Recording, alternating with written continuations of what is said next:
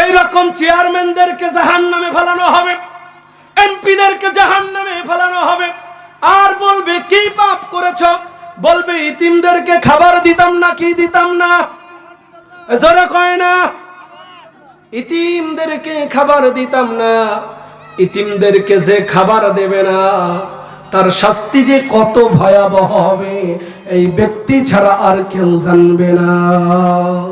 সম্মানিত হাজিরিন, একেবারে সংক্ষিপ্ত করব। ওয়ালাম নাকুনু তুইমুল মিসকিন ওয়ালাম নাকুনু তুইমুল মিসকিন ওয়া কুন্না নাখুদু মাআল খাইদিন।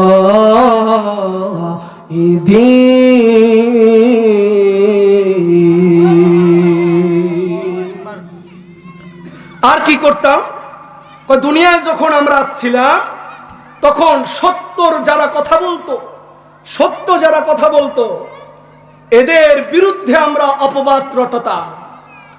এরা প্রচার করত কোরআন, আমরা ওদেরকে বলতাম জঙ্গি। কথা কয় না? ওরা প্রচার করত কোরআন, আমরা ওদেরকে বলতাম রক্কাটা। ওরা প্রচার করত কোরআন, আমরা ওদেরকে বলতাম মৌলবাদ। কথা কয় না রে? বোঝে কি বোঝে না?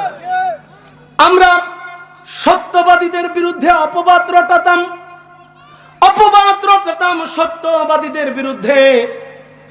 আর 4 নাম্বার যে কাজটা করতাম, আমরা হাসরের দিন, কিয়ামতের দিনকে মিথ্যা মনে করতাম। আমরা জানি যে কিয়ামত কোনোদিনও আসবে না। এবার জোরে বলেন তো আপনারা, কিয়ামত হবে কি হবে না? আর জোরে বলেন, হবে কি হবে না? এই দিন নয়, আরো দিন আছে। এই দিন নিয়ে যাওয়া হবে সেই দিনের কাছে। সেই দিনের নাম হলো কিয়ামত। পাপীদেরকে, জাহান্নামীদেরকে সেই দিন সবার জবান বন্ধ থাকবে। যার যার হিসাব দেওয়ার জন্য সে নিজেই যথেষ্ট হয়ে পড়বে।